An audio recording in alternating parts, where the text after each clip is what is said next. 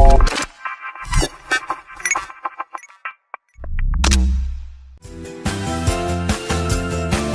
everybody, welcome back to Olympic Minds Leadership Beyond Limits.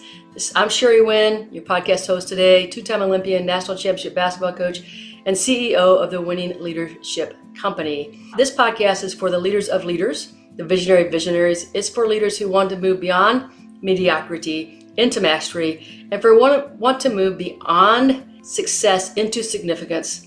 This is not theory-based. What we're talking about here is grit-tested, heart-proven, and results-driven.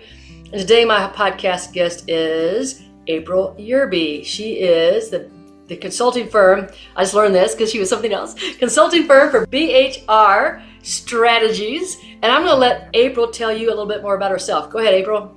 Well, thank you. I appreciate you having me on. As mentioned, my name is April Yearby, known as Warrior in Heels. And I am the founder as well as the CEO of BHR Strategies, where we are dedicated to standing on the front line, protecting what matters most before the unthinkable happens. Woo! So tell me about what are you protecting? I know people are saying, okay, what does that mean? What do I need to protect the most? Yesterday I had a guy on cybersecurity and I was like, oh my gosh, I felt like I needed to close everything down, shut down everything I ever owned so that I wouldn't lose everything. But so what is it that you protect the most?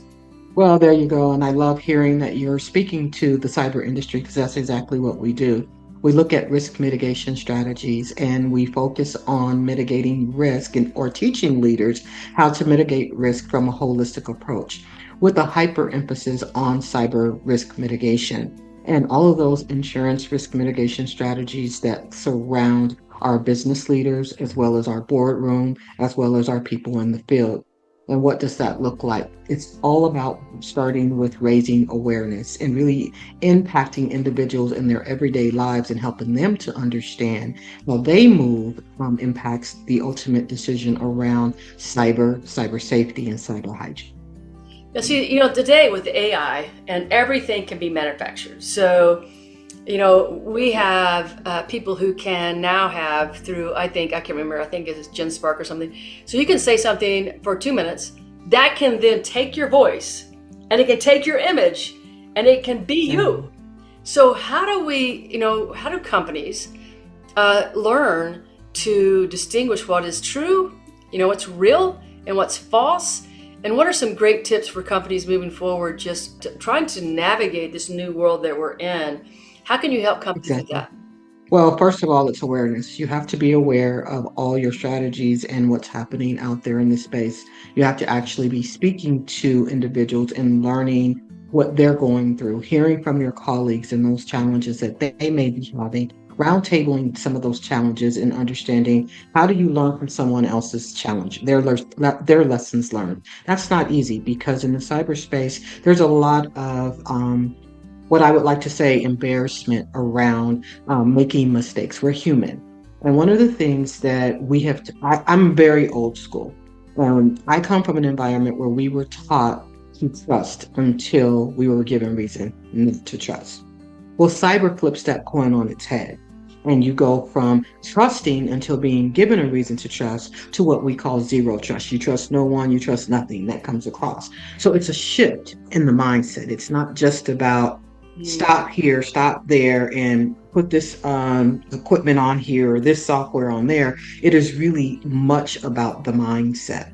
When you think about that, if you come up in an environment where your parents left the doors unlocked, where you didn't have to worry about leaving your parents in an unlocked home, and all of a sudden we're being told that's not safe. Right. But why not? Miss Jane from next door could come over and get sugar or flour. If I needed to leave, they can come in. They knew that there was a key up under the mat. This is what we've been programmed to do for so many years. Right. So to expect people to shift that mindset as if it's a light switch is the number one challenge, because most of our challenges in the cyberspace comes from human interaction. I like the idea of zero trust. I mean, it's hard to shift your mindset, but really now, because it's so easy to be scammed. I mean, with the addition of everything that we have, with all the AI and all the things that are coming out, it's easier and easier to be a scammer. It's easier to produce fake websites, fake testimonies, fake products. And, we want to say like, okay, well, give me proof. Where's your website? They can have one. Give me proof. What's your address? They can have an address that has, they can fake all this stuff. So I think that we have to start with, instead of going, this sounds good, we got to say, okay, how do I go look for and validate this is real? So when you say, zero trust, how do people start to validate what's real and what's fake? How do we do that besides zero trust? I mean, that's a great place to start, and I agree with it. But what's the next step? I mean, you're talking to companies, and what size company are you talking? I mean, what's your consulting firm? What size companies are they looking at? So maybe we have a better idea.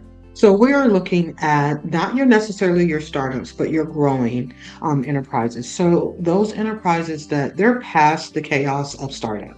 They're now starting to grow, and as they grow and there's more revenue, there's more employees, there's more opportunity. With growth comes risk and exposure. So we start to look at those environments that are, okay, we know our business, but we're having to scale, and we're scaling pretty quickly. So as they're scaling, we're scaling along the journey with them so that they also are thinking about the things proactively that are coming along with that growth strategy versus having to learn through a reactive phase. So something happens and now I've got to learn from lessons learned that I should have did this long before, which could have helped to mitigate that journey.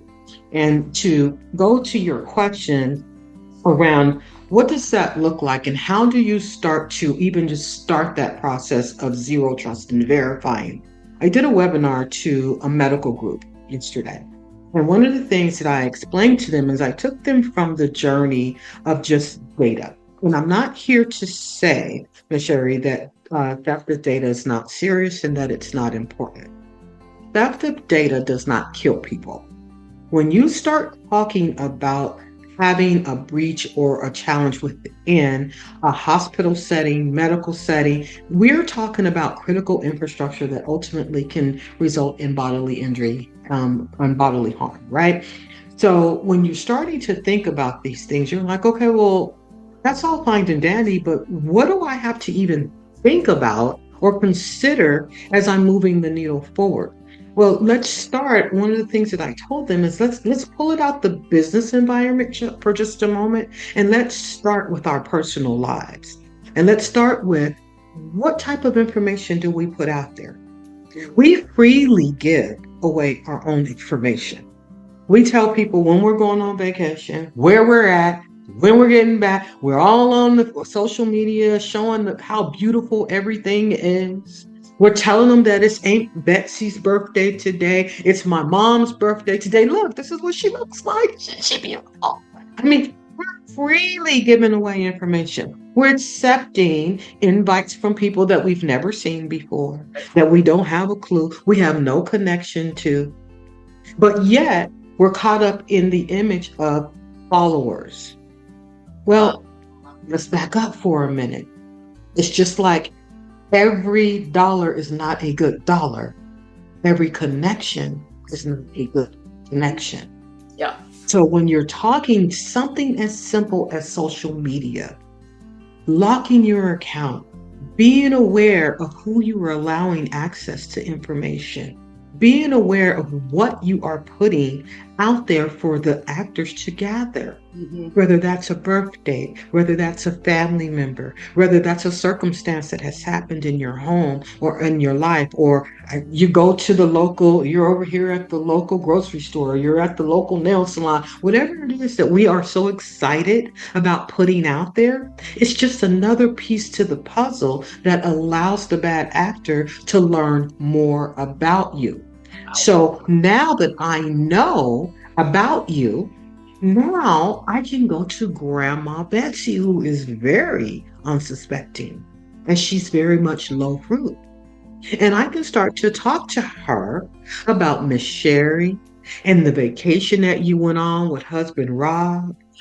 and how your kid over here is Susie. And grandma, she doesn't know any better because nobody's talking to her about cyber hygiene or cyber safety. So she's under the impression, well, you got to know them.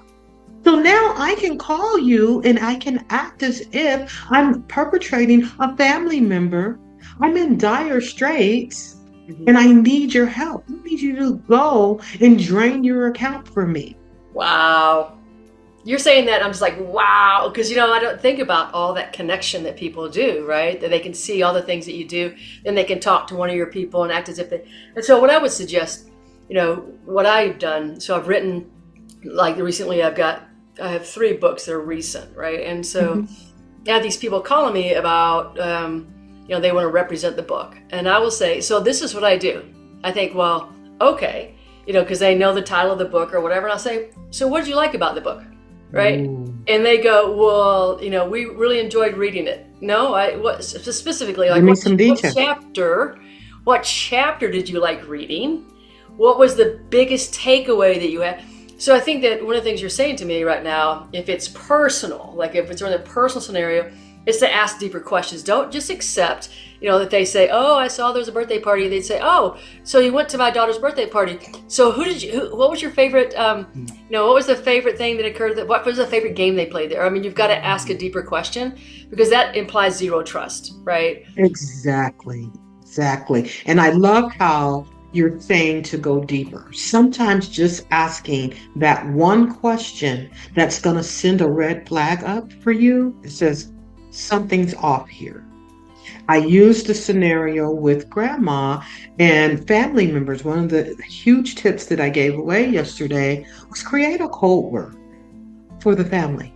So that if in the event, grandma, you, whoever that is, they get a call that says, panic. One of the things that can be done to vet that situation is sorry to hear about that. Tell me the code word. Well, that's very far few in between. Do you see what I'm saying? So putting little risk mitigation strategies in play will help to not only alleviate, but also it helps the family to really think about, close friends to really think about how they're moving because you're setting the example. Does that make sense? I love it. I think you're, the personal thing that we're talking about, because I think people are getting scammed every day, right? I mean, we have, how many emails did I get? How many phone calls do I get? How many text messages do I get? Hey, how are you? Like the whole thing on the text messages now is to act like, they're your friend or something. Yes. They start talking to you, and I'm like, oh, delete and report junk. I'm like, no. But so that's personal.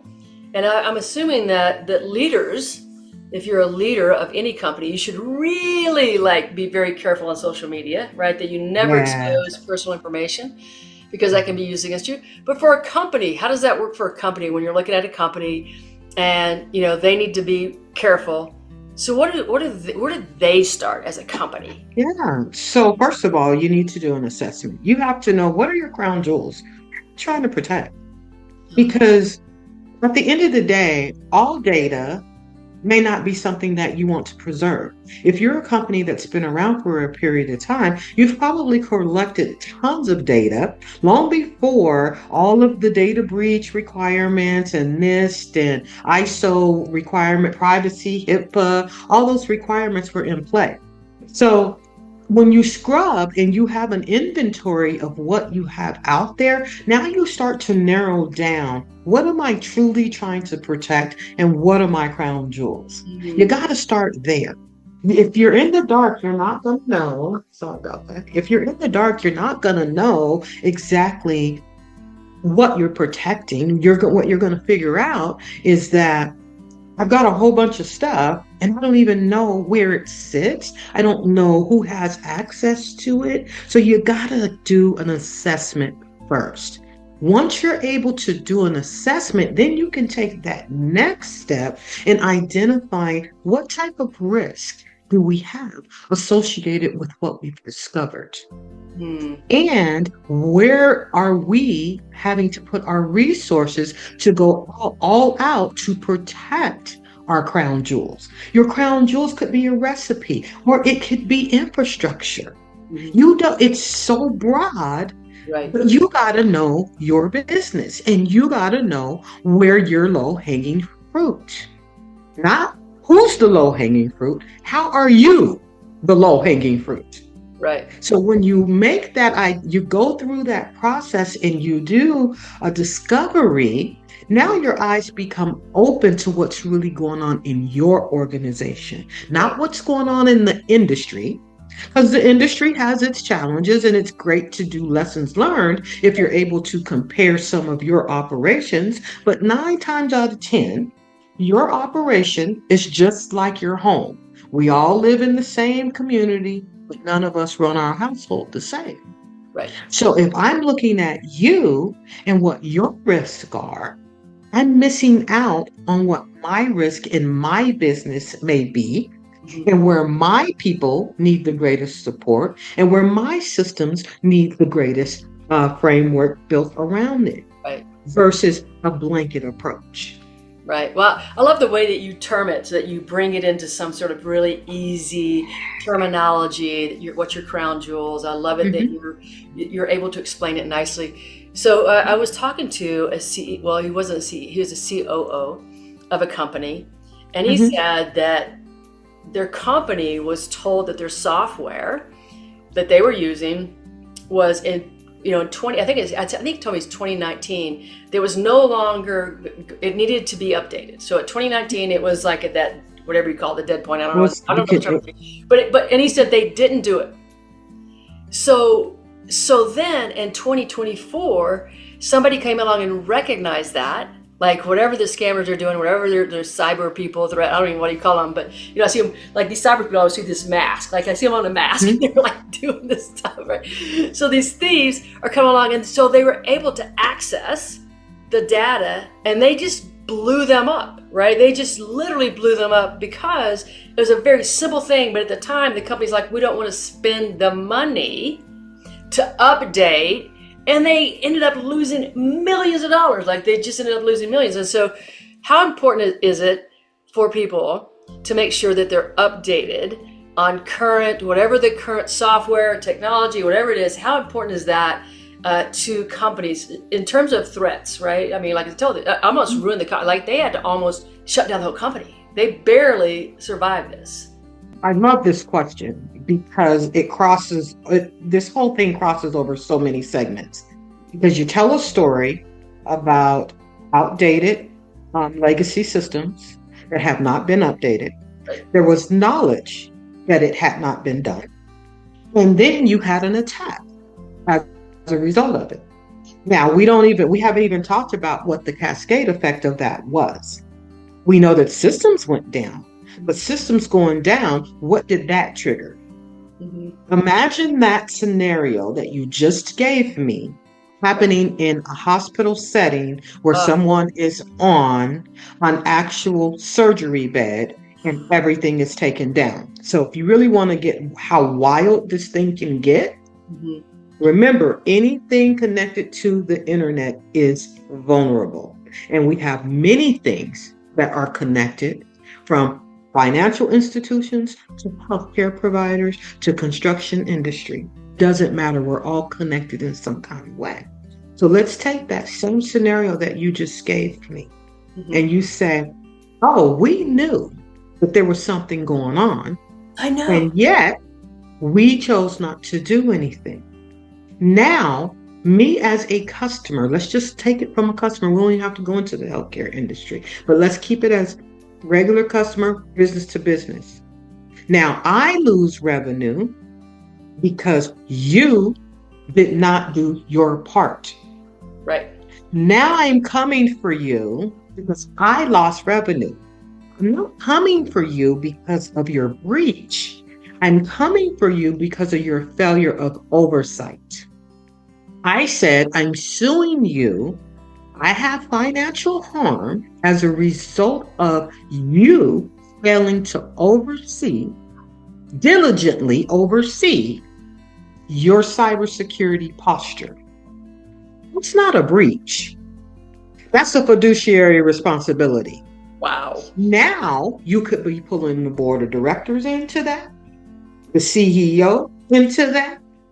So this is where it gets really serious. And in some cases, if there's bodily injury or death, someone could be held personally liable.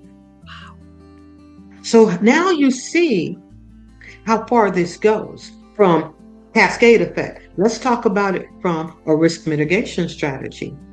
My strategies are, one of my strategies is insurance, risk mitigation.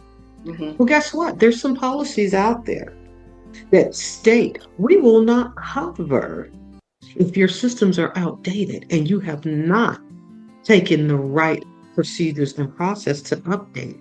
That makes sense. Or if there is a contract out there that states you were supposed to have certain things in play, a certain framework like NIST or ISO, you signed off on that contract saying, yep. But the moment we have a breach and forensics goes in and they take a look, we had a case with an huge insurance company. If I told you the name, you would know them. Wow. The company had a breach before. It was a prior breach. They said they had multi-factor authentication on their application. They did have multi-factor authentication in their systems. When the second breach came around, they said they discovered that they did not have multi-factor authentication on a particular segment. Like what you're talking about here. We missed that. So when they went back and they looked at the application, because the application is a warranty statement on the policy as part of the contract. Mm-hmm. So when they went and they said, you told us you have multi-factor authentication. Well, we do. Well, what was the question though? Was it, do you have multi-factor authentication on all your assets? Or do you have multi-factor authentication on some assets? So you see how this thing gets real convoluted? And in what happened in that particular case, they said we're denying the claim. So in the midst of the breach, they can't even access their benefits to help get this thing mitigated. On top of, the insurance company went to the courts to ask the courts to get them off of that insurance policy because they did not want to write them anymore because they misrepresented.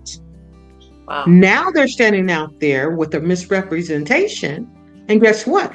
You're not the only. I have multiple contracts that say I need to have insurance in play, not just with your contract.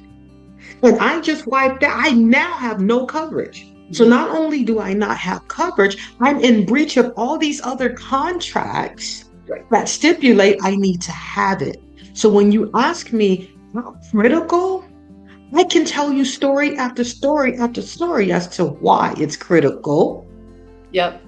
So what I see, April, in all of this, right? So we're talking about cybersecurity. What I see in all this, though, is a failure from a leadership perspective, right? So somewhere, somebody decided, maybe because of cost, right? I mean, if you're going to put a new system in, it's going to cost. Maybe because of cost, or maybe just oversight. I mean, maybe, we checked that box, we said we did it, but we only did it for this.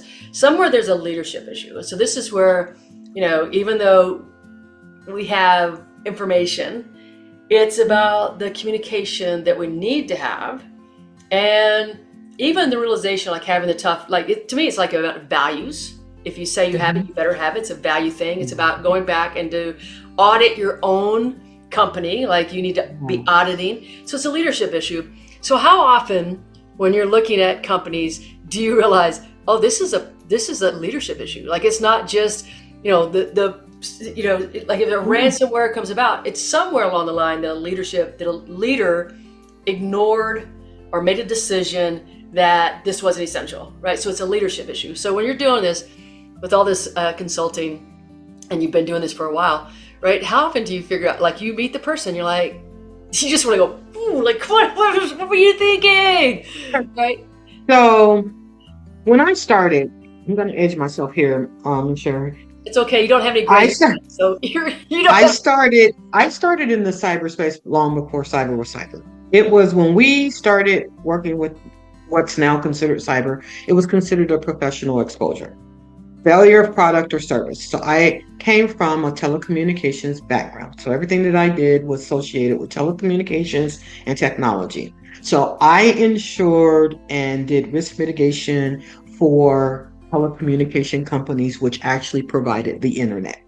So the reason why I was able to get proficient on the various industries and the critical industries is because my clients are the ones providing the internet to the local bank, to the local hospital, to the local dentist, to the local mechanic shop. So at that time, we were looking at, in the event your internet fails, we need to make sure that we are protecting you. So when we started then, just getting them to really even understand that concept was like talk to the hand because the ears aren't listening. Okay. Then we moved from, okay, maybe you've got a little bit of, yeah, we can see that because something went down and we got a call from the hospital. Okay, give me that insurance. Okay? So we write that. Then we move into data. Data was the thing then. They were still in data, still in data, still in data. We weren't doing system interruption at the time. So even when it was just about theft of data, it still was getting dismissed. And then when it started becoming more of a liability, where people were coming in and colleagues were getting hit, and they were getting hit, stolen data, and regulation was coming in, leaders started paying a little bit more attention and saying, tell me a little bit more about it. But they were still keep that over in the IT room. Right. Then when we advanced to network system disruption, that's when the light bulb went off. Because now systems are down and they're crippled. Right. And now there's an impact to businesses, there's an impact to individuals, and there's impact to data. So that's when our business leaders started taking that top-down approach, because now you start hearing litigation that was coming as a result of breach. And they're hearing and they're seeing different things that's happening with their colleagues. So as a result of that, now they're here and they're saying, tell me more about that. So I've been very fortunate to watch them go to completely being hands-off, to it being the top number one focus that keeps them up at night. They will tell you, we don't know if we're secure. We don't know if we need to be doing something more. And we don't know. It's a day-by-day situation, because when you're dealing with cyber, there is no guarantee. All we can do is put up such a framework that allows you to be to take a soft landing when you get hit. Notice I said when, not if. Yeah, I say when. I understand that, because there's when there's money to be made, like illegally. Right. I mean, we've never been in a scenario ever in the history that we didn't have thieves, right? I mean, it's always been part of what's going on. And so, protecting yourself makes sense. And now, because of the internet, I mean, I couldn't function a day without internet. I mean, seriously. Exactly. Most of my business is done across the internet. Talking to people like you today on the podcast, talking to coaching clients, giving webinars. I mean, without this, I would not be, right? And so I think that most people now realize that. And so the threat is more real. So let's talk about like ransom. When people do the ransom thing, right? They come in, they confiscate something, and they're not going to let you go without you paying the ransom. So, again, I'm assuming that it's about protection. Again, is that you're knowing what where your threats could be, and having that audit done regularly, or having somebody come in regularly. And I'll say regularly, is that like 6 months? Is that a year? I mean, how often should a company look at their systems to know whether or not that they're protected? This is going back to our original discussion about doing an assessment. Right. It is so critical that leaders are taking a holistic approach. And when I say a holistic approach, this is what BHR Strategies is about, bringing an entire network together. So we're not just talking to the risk the insurance risk mitigation strategist. We're not just talking to the cyber defense strategist, and we're not just talking to the attorney. We're bringing everybody and the CEO. We're bringing everybody into that scenario. So when we come into that scenario, now we sit down and we build a strategy, a framework that then speaks to how often should I be doing this? Because I can tell you now, cyber, it's a journey. When you sign up, you're getting married. So this divorce thing, it's not happening. It's not happening. Once you sign up, we're in this together and we're staying in this together, right? So at the end of the day, there's a process that nothing's going to happen overnight. You may be starting with something as simple as, okay, we need to train, patch, and do inventory in the first 3 months. The next 3 months could be something else. Okay, we're going to advance from that. And now that we got this segment done, we got to move on to this segment. And now this segment involves bringing in this individual, because now we're looking at contracts and we're looking at cross-referencing over here with risk mitigation strategies. So for anyone to say and give you a blanket number or time frame without looking at doing a detailed look, it's a shot in the dark. It's a target. You can throw at that. You can say, well, every year you can look at this, or every month you can look at this. I could tell you to look at it every 3 days. And if I've missed something, every 3 days is too long. Right. You see what I'm saying? So that's a discussion that comes to the table. And then once you know what did I tell you in the beginning? What type of low-hanging fruit are you? Not where is your low-hanging fruit? What type of fruit are you? Mm-hmm. And once you know that, then you start a journey and you start aligning with that whole entire holistic approach. And it speaks to, this is what we're going to do. And this is the strategy for me and my company based on where we are at this time. Wow. That's so much. It's so much. But I'm like, you're freaking me out, because now I'm like, oh my gosh, there's so many things that could go wrong. And so they need somebody like you, right? And they need their own security information officer, Cisco, how you say that? CISO, CI? So it could be a CISO, it could be a CTIO. They have lots of roles now. And when we started out, it used to be, and I have so much respect for my cyber defense individuals. And this is why I love what we do, because we partner and really learn from each other. This is not, it takes an entire battlefield to be out there. But one of the things that was really challenging, and I feel personally and I'm in the insurance industry, it set back the industry for cyber, because at some point, insurance was the defense. We didn't have, and don't get me wrong, you had cyber defense individuals out there, but the message that was being sent from the leaders was, it's cheaper for me to go buy a policy over here than it is to pay you hundreds of thousands of dollars to secure our network. So we enabled them to go and purchase the policy. Sherry, I remember the days that I could get $5-10 million of cyber liability coverage with broad terms and conditions for $5,000. No questions. I had 3 questions that I had to ask. Have you ever had a cyber breach? Do you currently have a cyber policy? And what is your projected sales for next year? And I could go and get all kind of coverage. Wow. So there was a time where there wasn't claims. Mm-hmm. So underwriting hadn't caught up with the exposure yet. So we were easy. We went from 3 questions to 18-page applications asking about multi-factor authentication, endpoint detection, encryption, 18 pages. And so now the cost. Like, oh my God, what do we do with this? So what's the cost now? So it's like multi-factor authentication was. Like, what? So you said it was like $5,000 back then. So now what is it like? Just a general insurance policy? It depends, because you have your ebb and flow.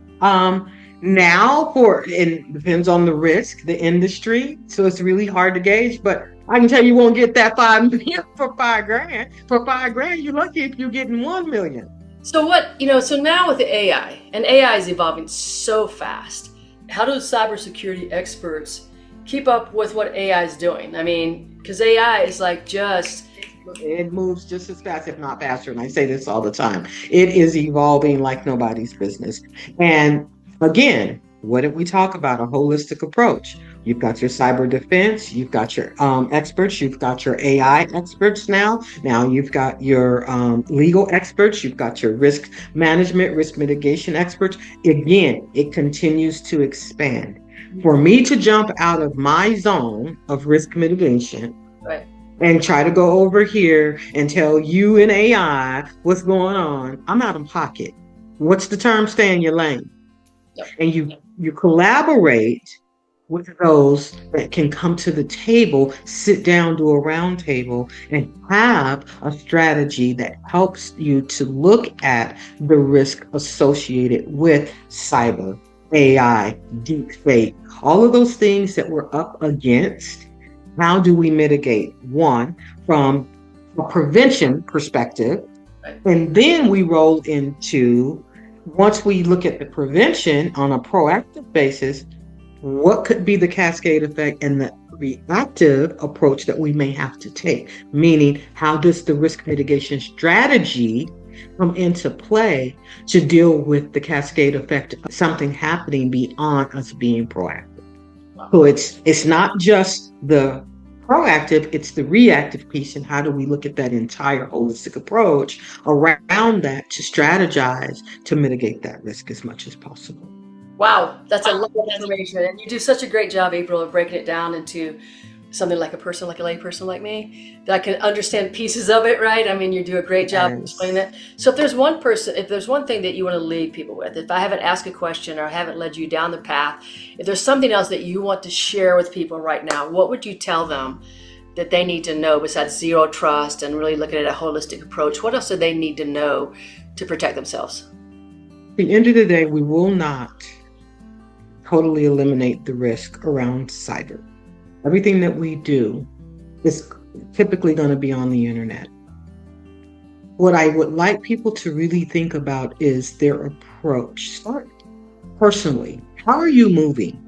What are you doing to set the tone within yourself, long before you even step into the business? Mhm. If you're an individual that you don't take cyber hygiene or cyber safety seriously, you're going to walk into your company, regardless of what level of leadership you're at, and you're going to take that same approach. So it starts with the mindset. So I ask that one, you shift how you're moving to ensure that you're keeping safety for yourself as well as your family. If you are an executive of any sort, you're in that C-suite, you're sitting on that board, understand your low-hanging fruit. Just by your title alone, you have influence. So people are watching you and they watch how you move. Go do a scrub on your account. Google yourself, know what's out there, clean up your accounts, lock your accounts, and know who you are allowing to have access, whether that is LinkedIn, your personal Facebook, Instagram, TikTok, whatever that is.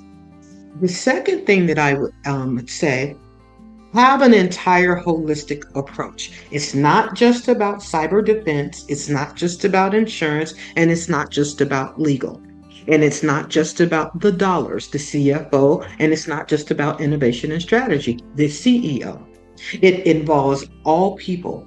So you should have a strategy, which we call breach response, that will allow us to start from the top of the board member all the way to field employees. That you have a system designed that no matter who gets that phone call, at the end of the day, they know where to go and who to call. Not just, oh, I may call the IT person, because if the IT person isn't available, you better have a strategy that goes beyond the IT person.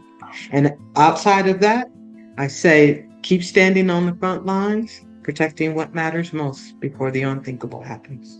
So April, so how would people contact you for BHR Strategies if they listen today and they're like, man, she knows her stuff, which I think you do. Of course, I don't know anything about it, but you explained it well. You were able to break it down into really simple things that a kindergartner can understand. You talked about some really major things that everybody can do. So how can they contact you? First of all, I ask everyone to follow me on LinkedIn. I'm constantly putting out insights and strategies and discussing what's going on in the insurance risk mitigation strategy. So if nothing else, please follow me on LinkedIn under April Yearby. You will find that I do bring some insightful information. Also, as we continue to build out BHR strategies, you could go to bhrstrategies.com and you will find some more insight about how we're moving and what it is that we do, as well as if you're looking for someone to come out, to talk about your strategies. I'm more than happy as Warrior in Heels to show up and speak with you all. And thank you. Awesome. Hey everybody, this is Sherry Wynn from the Winning Leadership Company. If you're looking for your leaders to be Olympic level leaders, the Olympic level mindset, that's me. Please, please, please, if you love what you heard today, please share this, please come back, and everybody have a winning day. Bye now.